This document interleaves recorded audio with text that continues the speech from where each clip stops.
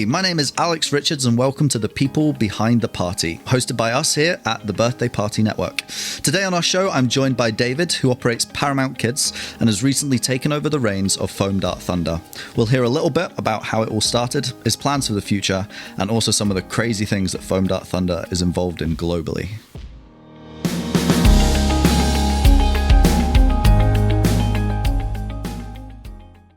Well, welcome to our first ever Behind the Party people behind the party. Thank you. Do you want to introduce yourself? I'm David from Foam Dart Thunder and Paramount Kids as well. Amazing. And we've known each other not that long, actually, but I've known of you guys, I guess. I've known of Foam Dart Thunder and Paramount Kids for quite a while. Yeah. So we've been kind of getting to know each other over the last few months as you've kind of taken over more of Foam Dart Thunder, but we'll get back to that anyway. Yeah. So I guess it would be really great to hear a little bit about kind of where it all began for you. You know, Paramount Kids I know was your first kind of thing, but you know, what's the story? Yeah. So my background was a DJ, party DJ, wedding DJ, club DJ. I kind of went round doing different things for about 15 years, and then I got asked to do a kids' party one day, and I was absolutely terrified. I couldn't think of anything worse. I thought, oh, lots of kids running around. I can't do that. Not used to that. I'm used to grown-ups. But I said I would do it as a favour, and I'd done it. And one of the parents said, that was amazing. Can I get your number? And I was a bit taken back, thinking, you know, I was just a favour. I don't do this. And I kind of went away and thought about it. And, you know, it was fun. It was fun. It didn't feel like work. It was enjoyable. And seeing the kids enjoy themselves was, you know, rewarding. You know, it wasn't like a traditional grown-ups party. You know, there was no drunk people falling about and stumbling at the end. It was, well, they were, but it was on sweets. That's right. Yeah. Sugar juice. Kind of madness. So after that, I kind of thought, I was good friends with somebody who used to be a holiday rep in Turkey, and he said, "Oh, why don't we put something together, a kind of package that resembles a holiday type entertainment." Yeah, I know what you mean. Feel, you know, everyone comes back from the holiday and says, "Oh yeah, the entertainment was amazing," and the kids were loving the mini discos and things. And I thought, you know, it'd be really good if we could capture that element of things and bring it here, so that every party was like a holiday experience. Everyone was so excited and so happy. So we put this package together, and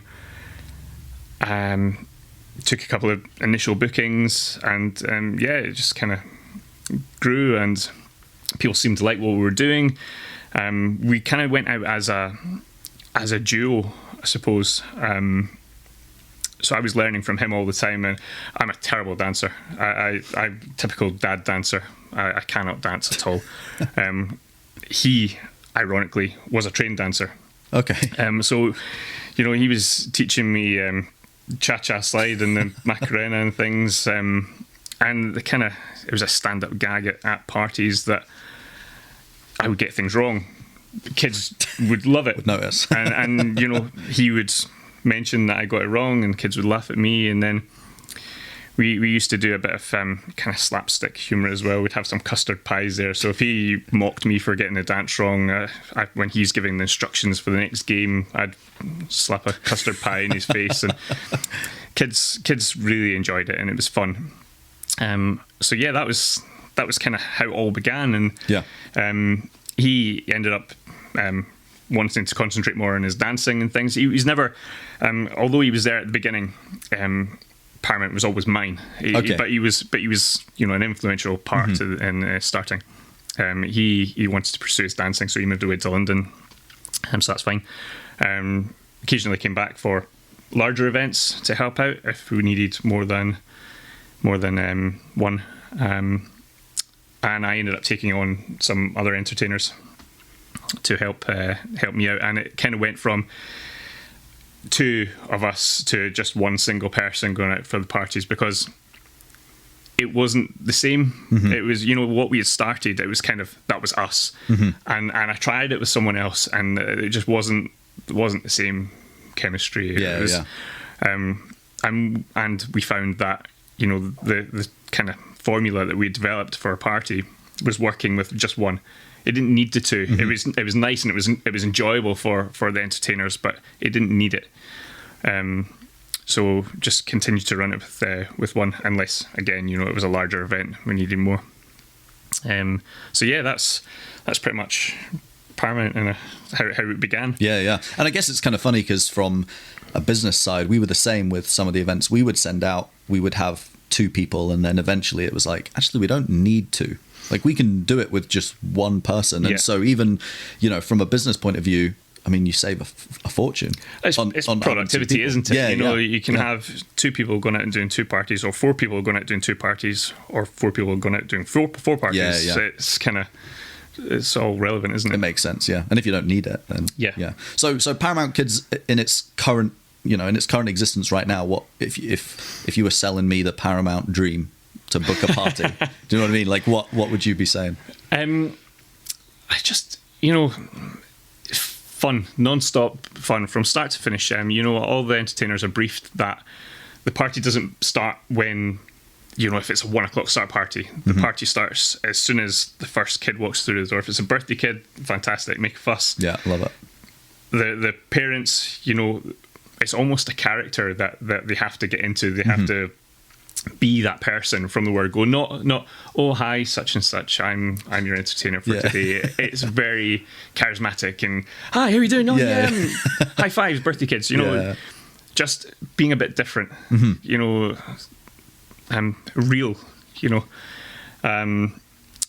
So yeah, I think just it's a bit different, a bit out there, not boring, fun, energetic. So it's high energy. It's like, what is it, sort of like party games, or like what's the kind of rough format? I've never been to one, so I don't know. Need to come along. You do have one. So yeah, party games, party dances, comedy, magic. That's kind of the elements. Every party should contain all of those elements. When I say magic, I'm not Dynamo. Please, if you come along, don't think I wasn't expecting this. But yeah, it's comedy magic. In fact, I've had a better reaction when things have gone wrong than when they've gone right with kids. Yeah. Kids are funny, they like when things go wrong. Yeah. They just point and laugh at you. Yeah. I literally had my very first. I bought a trick, and I was really excited about it because it sounded really funny. It came with an audio CD.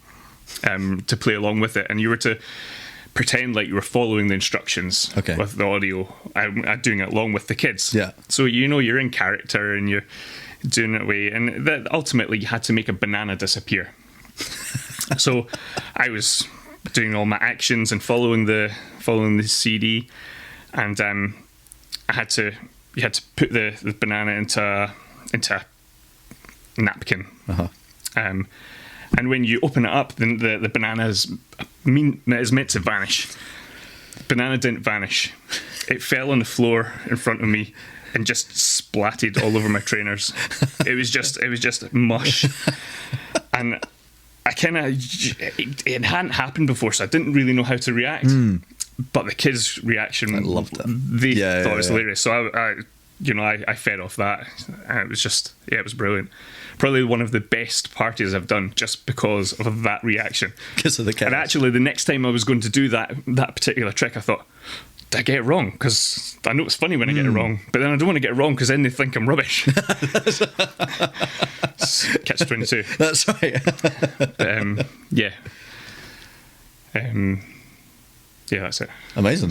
Yeah, that's cool. So your current setup, is there a group of you? How many is there roughly of you? So I've got 7 currently, 7 entertainers that go out and do those types of parties.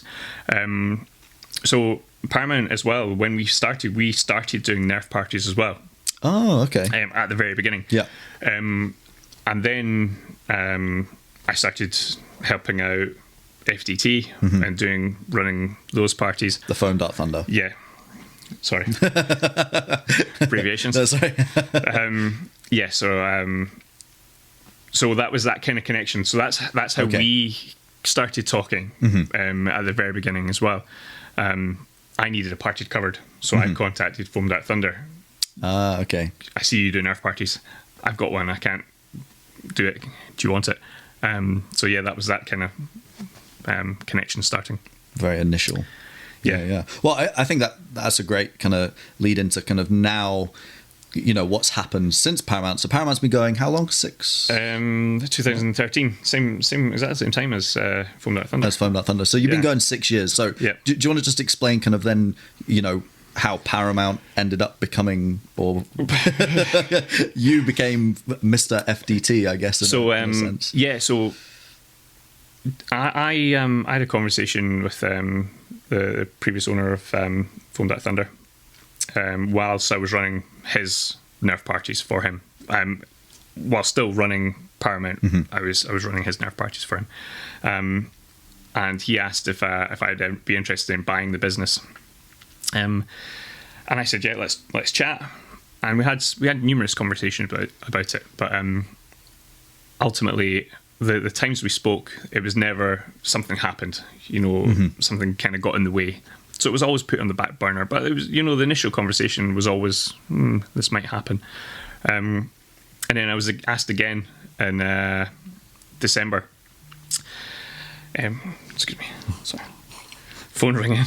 I was asked again in December if I'd be interested in taking over the business, and we had another chat about it and decided that it was the right time. I was just about to start pushing Paramount Nerf stuff again because it kind of, because you'll know, with having so many different things, or I mean, I don't have nearly as many as you do, but offering different services, things can get lost. And I was so preoccupied with the discos and the magic side of the parties that the Nerf stuff kind of fell behind a little bit. So I was just about to start pushing it again. And I was contacted asking if I wanted to buy it. So I kind of thought, well, I can push the Paramount Nerf, or I can kind of fade out of Paramount and then keep it solely as Foamed Out Thunder, and then the two, the identities of them are kept. Yeah. So that's what I done. So January, I took over Foamed Out Thunder, and have been working with that and Paramount, and running about after kids. Yeah. My own specifically. So yeah, Foamed Out Thunder, it's great. Like yourselves, Nerf parties, but we do skate parks, stadium events, Ocean Terminal, shopping mall. We do the Terminal Infection at Ocean Terminal, which is the one with the zombie actors stuff. Yeah. And we were doing a Battle Royale one for a while, which is Fortnite themed, because that was such a massive craze. Yeah. Still is. I think it's toning down now a little bit. Yeah, I think so as well. It's until the next thing comes along. Well, that's it. Yeah. So yeah, I'm just I'm thinking about events for next year. We're thinking about can I say this? We're thinking about a UK tour for Terminal Infection for next year. Amazing. So we've got 8 malls lined up so far. Wow, that's crazy. So the idea would be to take it to different city. Yeah. Every month, which is cool, quite exciting. Yeah. A few other really exciting venues that I'm really, really excited about, but I can't tell you about them just now. They're still very early stages, but if they come off, it'll be pretty cool, and another first for the UK. Yeah. And as far as Nerf events go, so that's really exciting. Yeah. Was FDT the first to do a Nerf Wars in a mall in the UK? Is that one of your claims to fame? Yeah. Okay. Yeah. So and stadium as well. And stadium. Yeah. And I mean, I've not been to a stadium one, but I've been to the Ocean Terminal one. Yeah. And it's crazy. It's so much fun. Yeah. Like it's absolute organized chaos. It's organized chaos. Yeah. But yeah, it's just amazing to see that kids are running around like crazy. And I was there with the zombie guys and they're just kicking about. You know, it was really it's cool just to just different level, isn't it? Yeah. You know, it's a different experience. And that's exactly what it is. It's an experience. It's something that the whole family can do, even if you're not into Nerf. Yeah. It's just fun. It's exercise. It's very inclusive as well. You know, Nerf as a hobby, as a game, is very inclusive. Yeah. So, you know, for those who maybe don't enjoy football or tennis or something, you know, there's something else. They're going to get a ton of exercise, and probably more so than running about a football pitch. You know, you're running away from a zombie. You're not stopping. That's right. And I have to say, some of them are proper scary. Like, I was amazed at, but I think what was really cool when I was there, I noticed there was one kid who was a little bit edgy at the beginning. Yeah. And it was just really cool how he was almost introduced to the zombies to be like, look, these are not absolute, you know, like, these are normal people. It's part of the game. You know, we want you to feel included and get involved. But at the same time, you know, they're gonna chase you. But no, absolutely. And a couple of occasions, kids were introduced to them before they got their makeup on. And then after they got their makeup on, so they could see, oh yeah, that's such and such. You know, you met them already. Yeah, and it just it makes them a little bit more at ease. But so we've got a stadium coming up in October, Falkirk Stadium. So that'll be really cool because it's not just a straight kind of hallway. We've got corridors and stairwells and things as well. So it's going to be a bit more interesting in terms of the games and what they can actually achieve, and they'll have to find other team before they can actually play the game. So it's quite cool. So yeah, lots in the pipeline. Yeah, and you were just in London as well, were you? So we'd done our first London skate park on Saturday as well. Amazing. So that went really well. We had 27 players, and you know, 27 players for our first ever event in that area is amazing. I'm over the moon with that. And with that kind of initial response, I don't see any reason that we can't get 50 players in there. Oh yeah, for the next one. Because it just takes, you know, someone to say, we went to this and it was really cool. Yeah. Oh, I want to go. So yeah, that's really cool as well. I've been speaking to, there's a guy in America called Jared. He holds Jared's epic Nerf battle. He takes over the Dallas Cowboys stadium. Does he hold the world record? He does. Yeah, he does. Apparently he could have beat it last year. He was about 1,000 over, but it cost so much to get the Guinness World Records officials out that he said it was too much hassle. Really? To beat his own record. He said it was too much hassle. And he also said that the record, he said everybody had to be on the pitch, standing in a position, and couldn't move for an hour while the officials kind of counted everyone and made sure everyone was in the right sort of proximity. And he said it was a real pain. He said I'm not doing it again. But at least he's got it. So yeah, he's hopefully coming over next year to attend an event, which would be quite cool. Yeah, that'd be really cool. Having him come over as, you know, he's, as far as I don't like to use the term influencers, but as far as influencers go, he's right up there with Hasbro and Nerf, and you know he's very well respected. Yeah, and I think he's one of the only people in the world that Hasbro endorse his event. And sponsor his event. You know, it's his name. Yeah, and they don't do that with anyone else. So you know, he must be doing something right. He must be.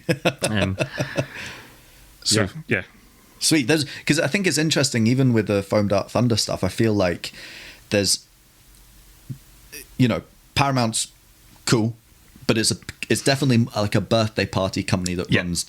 But Foam Dart Thunder's like this weird kind of following.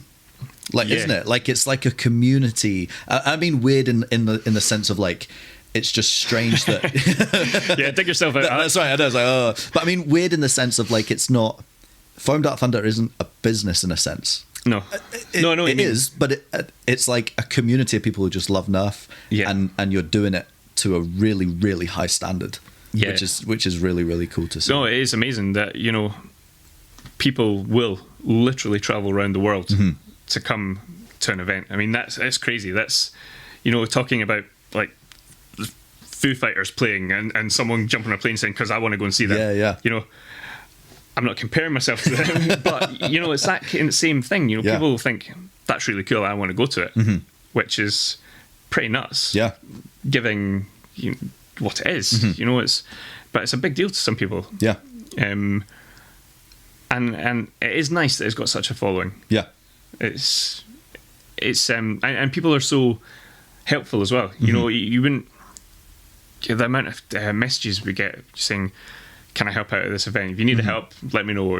Or people just promoting events just because they want to see it successful. You know, them. I'm not going to it, but you need to go to this because it's really cool and it's, you know, it's really nice. Yeah. It's the same as the Speedball League that we run. So Speedball is the UK's only competitive Nerf league. So we've done season 1, 2, 3. I have to clarify that. Yeah, we're going to do organising season 4 now. Okay. We got there. So yeah, organising season 4. That has a nice following as well, and it's because people want to be a part of it. They want. You know, I'm part of the only UK competitive Nerf league. You know, that's quite cool to some people. Yeah, and you know, the idea behind it is that it rolls out further and, you know, goes beyond the UK, and, you know, we have a massive league running with all these different teams from all over. You know, that'd be pretty cool. Yeah. But it's still early days, you know. But I think as it gains momentum and people start hearing about it, and, you know, all these people who are invested in it just now, you know, they'll sell it to their friends, like, you need to come along to this. Be a part of this. This could be huge. Yeah. I need to try and get people on board in terms of sponsors and try and raise the profile of it a little bit more. I tried Red Bull, they weren't interested. No, not yet. Give it time. But actually, no, I say they weren't interested. They sent me a really nice email back saying it looks really cool, but we're I can't remember how they put it, but our quota is full for this year or something. So I'll try you next year. Yeah, that's right. That's interesting. I think it's kind of crazy though to think that what started its humble beginnings as like a small kids' birthday party company could be on Red Bull's radar. Yeah, it's amazing. That's crazy. Yeah, and you know, talking about large companies, Hasbro know of Foam Dart Thunder. I've spoken to Hasbro on a few occasions, and they've donated blasters and things for to give away at events. In no way do they endorse us or anything. Make that clear right now. But it is something that you know, I hope to achieve. Yeah, it is a goal. And something you have to have in business. So you have to have goals and targets, and you know, talking to these people is important. Yeah, and you know, if I can get 10 minutes in front of someone and Hasbro Nerf and have a conversation with them, brilliant. Yeah. Might not mean anything that day, but you know, 6 months down the line, they might remember me, and I don't know.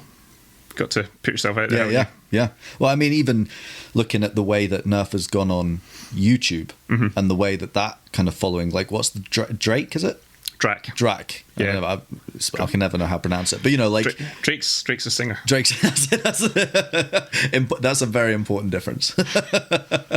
But yeah, even like the following that Drac has got from, you know, just showing Nerf guns on video, and you know, it is just crazy to see. You know, absolutely. Influence. People, it's crazy that people respect someone's opinion so much and enough to follow them and take their word for, you know, the next blaster coming out is the best thing since the first blaster ever. You know, it's a bit nuts.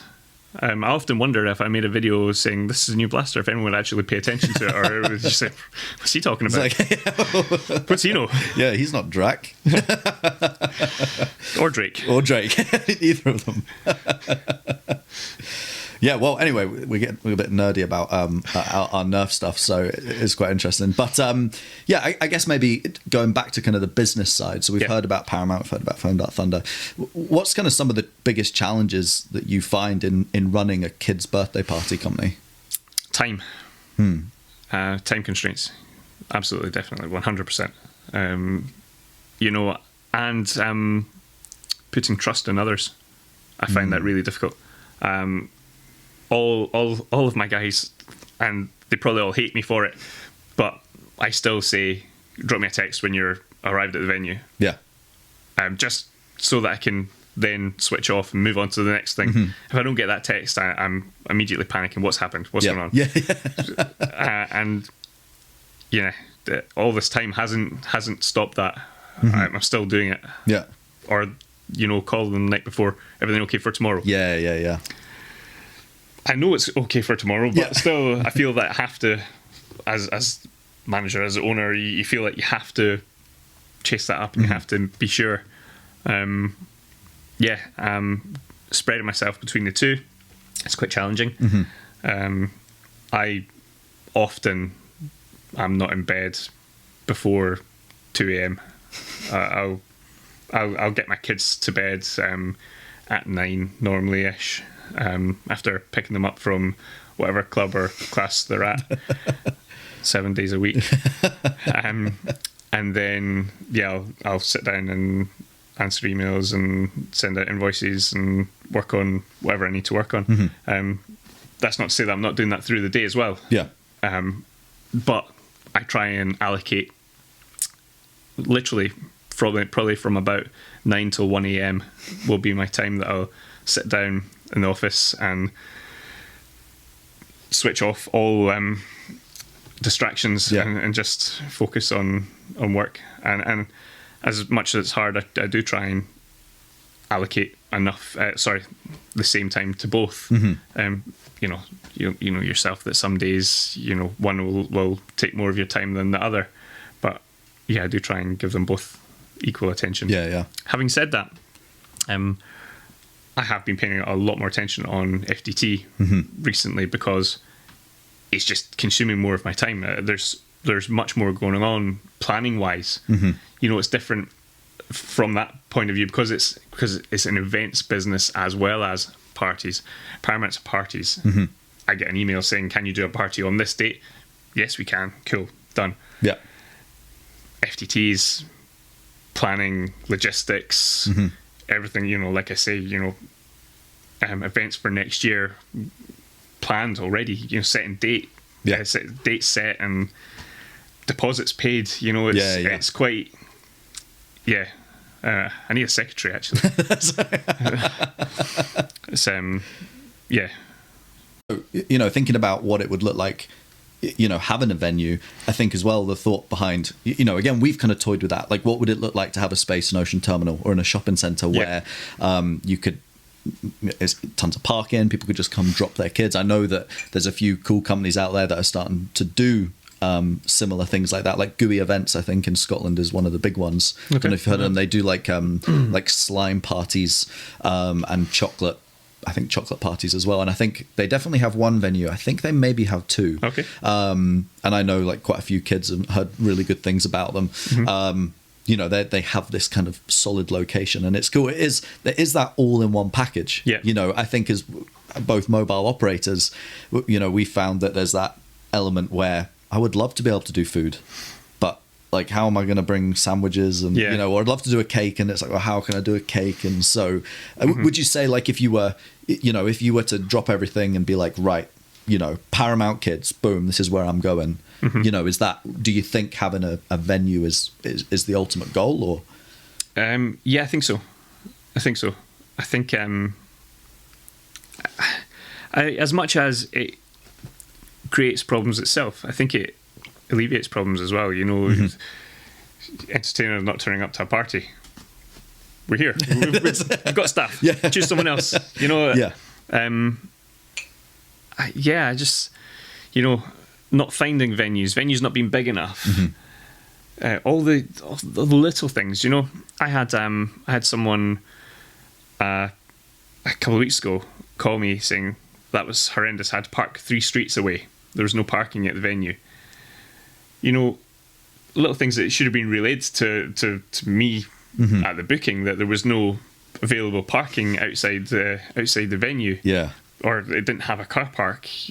These little things, they might be insignificant to a parent, but for a business owner, when you, especially a particular entertainer, had somewhere else to be after that party, which we allowed an hour and a half, which was quite fortunate that we gave more time than normal, because he had to walk 3 streets back to his car after taking equipment back and forward.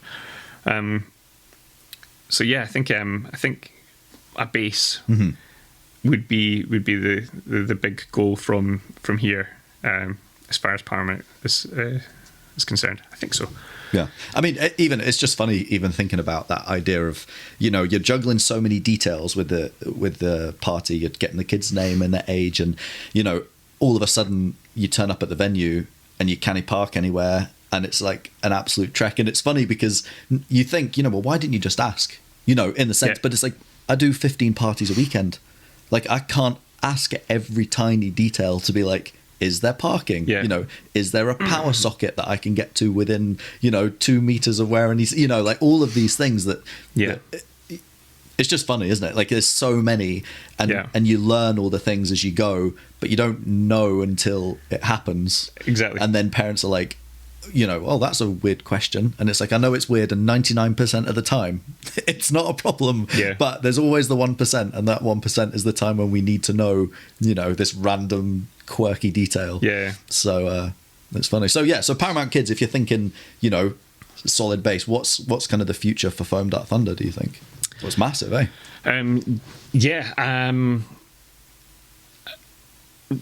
Realistically, I would love it to go overseas, go global. I think the brand is strong enough to hold its own.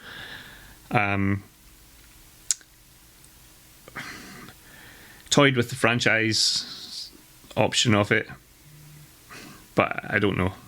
There's pros and cons. Do I look at that, or do we just get people to run it in different locations? And keep hold of it, because franchises are funny, aren't they? Because you're loosening the reins, you're letting go. You've got no control of what that person does to your brand and your reputation in their area. I mean, you'd hope that they'd want to make it work and build it, but you just don't know. You can put as much legal framework in place, but ultimately, like, they can still do so much damage if they want. And I'm not sure I'm willing to accept that or let it happen. So I think keep it kind of close to my chest, and go slowly, but see if we can get it rolled out there. There's so many hundreds of malls around the UK that we could be doing events in every week. Hundreds of skate parks across the UK that we could be in. Stadiums, the opportunities are endless, and we've got, like I said, some really exciting venues in the pipeline. That I'm really excited about. Really excited. I mean, I don't think I've ever played Nerf other than with my kids. But I can honestly say the next thing that we're looking at, I would love to just run about. It just looks so cool. We'll talk about that next time. That's right. Next time, when it's all happened, we'll be able to. Well, it sounds like there's some kind of really amazing things happen. So I've got 2 more questions left. So my first question is: have you got an ask? So kind of the people we hope that are kind of listening to our podcast are, hopefully we've got some FDT customers who are just intrigued, or Paramount customers who are intrigued about you and how it all began. We have the suppliers within the Birthday Party Network who are kind of other people running birthday party companies. No, do you have an ask that you want to ask and see if anybody will get in touch and help you out with? I don't know. I've put you on the spot.